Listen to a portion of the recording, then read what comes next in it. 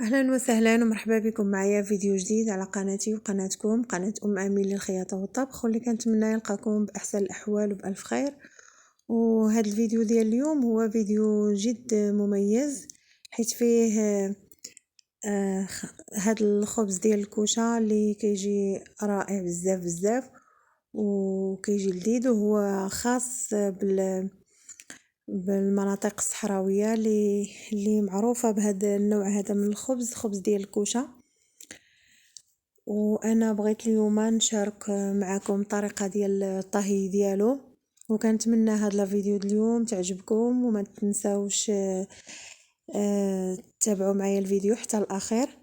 وهنايا البنات انا خديت في مقادير العجين، خديت نص كيلو تاع الفورص، ودرت معاه زلافه ديال الدقيق الفينو، وهنايا درت معلقه صغيره ديال الخميره، وهنايا درت شويه د الملح، وغادي نخلط الخليط ديالي وندير الماء دافي ونبدا نعجن فيه.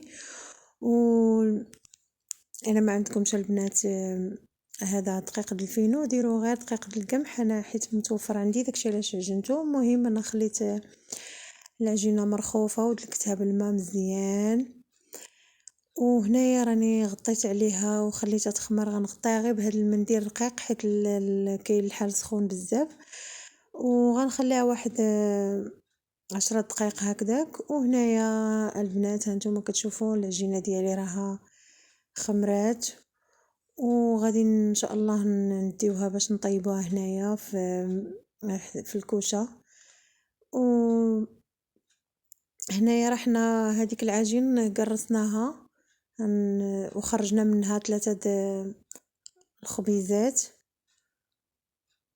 وهانتوما كيف ما كتشوفوا هاد كيف ما كيقولوا لها المنديله ولا هاد هنايا هاد الزيف علاش كيقرصوا، راه كيقادو هكذا بيديهم وكيخليوه خاص غير بالعجين.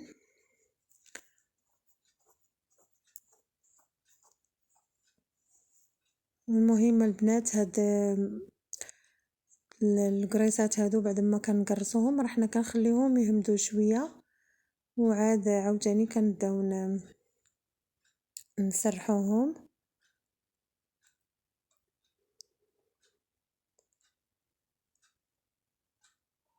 ودابا البنات ملي غادي نبداو نضربو هذا الخبز هذا هكايا بهذه الطريقه،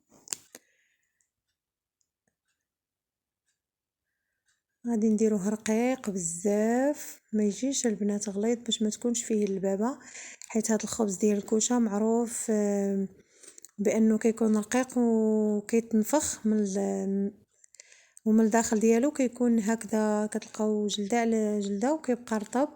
وهذه هي الكوشه ديالنا اللي غادي نطيبوا فيها، كوشه قديمه ديال زمان ديال الناس الصحراء اللي كيطيبوا فيها، اللي بقى ليومنا هذا باقين كيطيبوا فيها الخبز ديالهم، اللي كيجي بصراحه اكثر من رائع بديك الريحه ديال العواد، واللي بصراحه كيجي حسن من الخبز ديال الفران، حيت كيجي خبز طبيعي جدا وكنطيبوه غير كما كنقولوا باصغارا، اللي هو الجريد ديال النخل.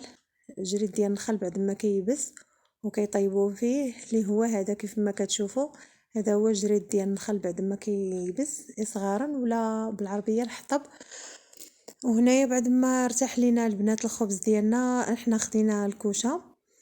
ها هي الكوشه شعلنا فيها هذوك الجريد وخليناها كتسخن واحد مده 5 دقائق، من 5 دقائق